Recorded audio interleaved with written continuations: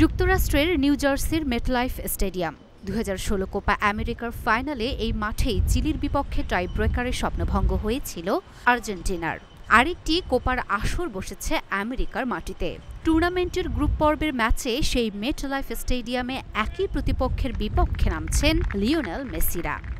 তবে এখন আর অতীত ইতিহাস মনে রাখতে চান না আর্জেন্টাইন কোচ লিওনেল স্ক্যালোনি। বিশ্বকাপ জয়ী এই কোচ মনে করেন এরই মধ্যে অনেক কিছু বদলে গেছে।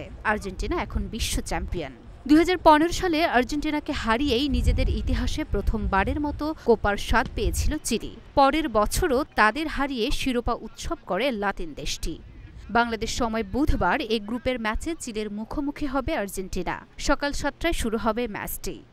নিজেদের প্রথম ম্যাচে কানাডাকে ২-০ গোলে হারিয়ে শুভ সূচনা পেয়েছে কোপার ইতিহাসে ১৫ বারের চ্যাম্পিয়ন আর্জেন্টিনা। চিলির বিপক্ষে নামার আগে দলটির বর্তমান কোচ লিওনেল স্ক্যালোনি বলেন, ২০১৬ সালের ফাইনালে কোনো কিছুই এখন আর অবশিষ্ট নেই। আমরা যেমন এখন বিশ্ব চ্যাম্পিয়ন। গত ম্যাচের আগে বলেছিলাম এটা এখন শেষ হয়ে গেছে, ফুটবল এমনই। চিলির কাছে পরপর ২ বার শিরোপার স্বপ্নভঙ্গের পর ২০১৯ সালে কোপার ট্রফির স্বাদ পায় আর্জেন্টিনা।